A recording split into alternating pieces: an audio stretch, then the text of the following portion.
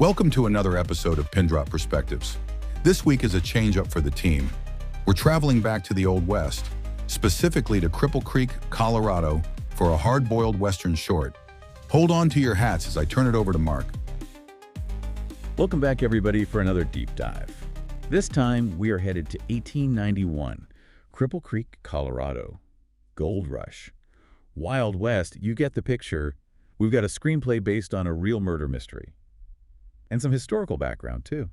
Should be interesting. You know, what really grabs me about this case is that we're not just looking at some, dry facts. The screenplay puts us right there. The emotions, the motivations, the human side of it all. Yeah, exactly. So picture this.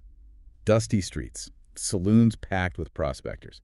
And then, bam, a big-time mining executive, guy named Forrest Manning, turns up dead in his office. Single gunshot to the chest. Sounds like a classic whodunit so far, right? But wait, there's more. The gold pouch he always carried, stuffed in those nuggets, it's gone, vanished. It makes you think robbery right off the bat, Gold Town and all. But when you look closer, it's not that simple. Okay, so the screenplay introduces us to this guy, Seth Potter, a miner who we find out had just asked Manning for, like, a big chunk of money. Talk about a motive, huh? Oh, yeah, definitely puts him in the hot seat. And think about it. The pressure of the gold rush. You're Seth Potter. Every swing you take is a gamble. You're depending on someone like Manning, and things get desperate. People can do crazy things when they're desperate. But hold on. Seth is found, seriously ill. Bedridden, practically. Not exactly the picture of a cold-blooded killer, is he? No, not at all. So if not him, then who?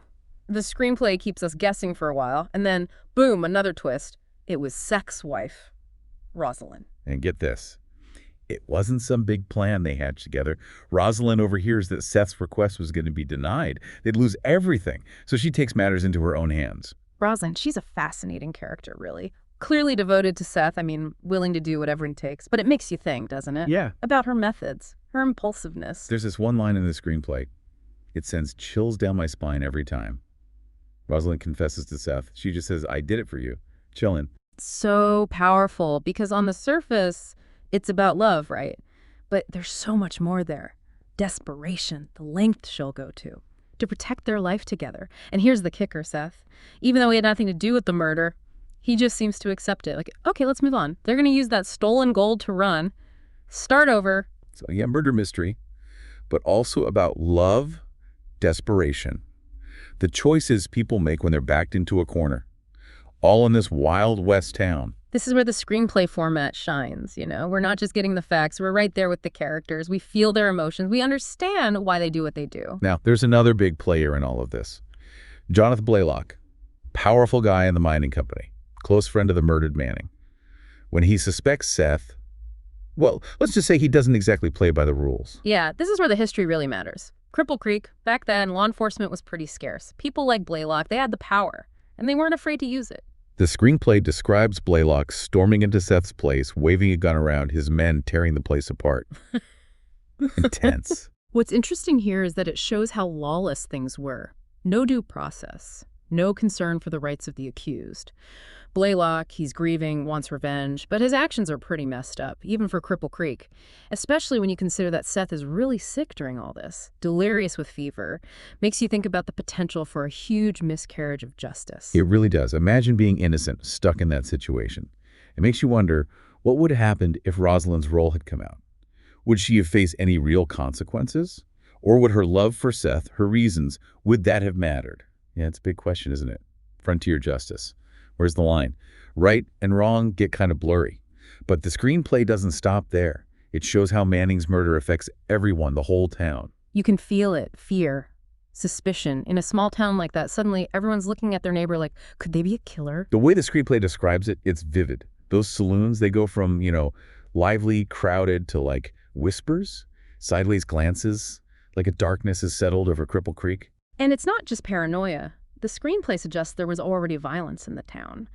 This murder was just the worst example of it. Remember, the gold rush attracted all kinds. prospectors, gamblers, outlaws. Not exactly a recipe for peace and quiet. So it's more than just a whodunit. It's showing us the dark side of the gold rush too, all this lawlessness, right under the surface of the dreams of getting rich. Yeah, exactly. And it makes you think about the impact of so much growth so fast.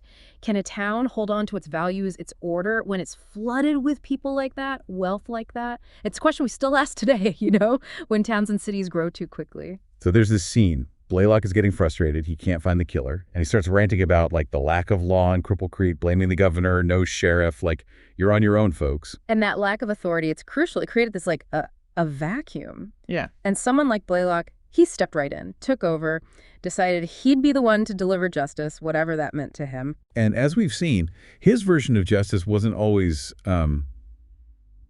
fair. Makes you wonder. If they'd found out it was Rosalind, would she even gotten a trial?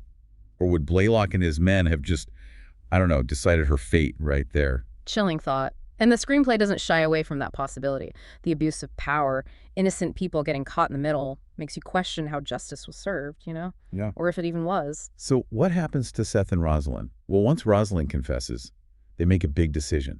They're going to take the gold, run, start a new life somewhere else. It's a huge risk. They're basically betting everything on the hope that they can escape their past. The gold will give them a fresh start, but it makes you think, can they really escape the consequences? Will the guilt follow them wherever they go? The screenplay ends with them disappearing into the night. We don't know what happens to them. It's a thought-provoking ending. Can you ever really atone for a crime like that? Can you outrun your past? It's a question that goes beyond this one case. Guilt, forgiveness, second chances, everyone deals with that at some point. It's important to remember that, we've got this dramatic story, these characters, but it's rooted in real history.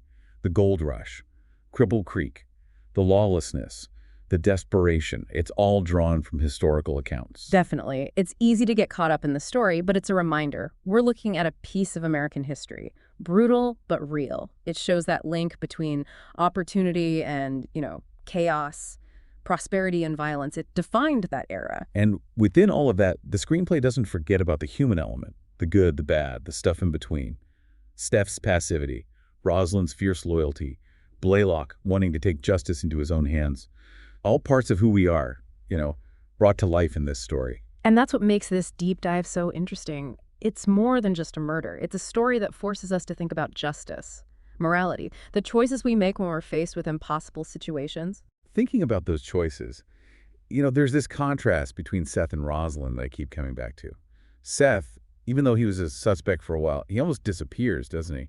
Almost like he's given up, just stuck in this hard life as a miner. He becomes like a symbol of all those people struggling during the gold rush, at the mercy of guys like Manning, no control over their own lives, really. Right. And Rosalind, she takes charge. She's not just going to sit there and watch everything fall apart. She takes action, even if it's, not exactly the right thing to do. She almost seems like a modern woman in a way. Think about it. A woman doing that back then, going against everything society expected. Yeah, good point. And her story makes you think about how few choices women had back then. No legal protection, no one like Blaylock looking out for her family. She had to make her own way, even if it meant breaking the rules. It reminds us that history, it's not just dates and battles and stuff. It's real people, their lives, their struggles, the choices they made, and sometimes those choices were really hard. And the screenplay brings all that to life. It doesn't just tell us about the past. You feel it, the tension, the fear, how desperate things were in Cripple Creek. It's like you're right there. That's why I think this deep dive is so cool. We're not just learning facts, we're in a story about things that are always relevant. It all comes back to that, doesn't it? Yeah. As we leave Cripple Creek, this case behind, what can we learn from it today? Justice, morality, our choices. Do those things still matter in our lives? I think it's something we all need to think about. The world has changed a lot since the gold rush, but some things stay the same. The good in us, the bad, that hasn't changed much. And that's what stories like this can do, take us to another time, another place. But in the end, they're about us, our own potential for, love, desperation, maybe even redemption. That's it for our deep dive. Hopefully it made you curious, maybe even want to learn more yourself. Cripple Creek's still there. Its history's still there in those mountains. Yeah. And who knows, maybe there are more stories out there just waiting to be found. Until next time, Keep asking those tough questions. Keep digging. That's what makes a deep dive so worthwhile. Thanks for joining us for this deep dive into Cripple Creek. If you'd like to read the script, you can reach out to Pindrop Entertainment to request a copy. A very special episode of Pindrop Perspectives is on tap for next week, one you won't want to miss. So subscribe to Pindrop Entertainment on YouTube and to Pindrop Perspectives on Spotify, iHeart, Apple Music, and Amazon to stay up to date on when new content is released. Until next time, remember, keep your perspective open. Artificial intelligence was used to assist in generating audio content for this episode.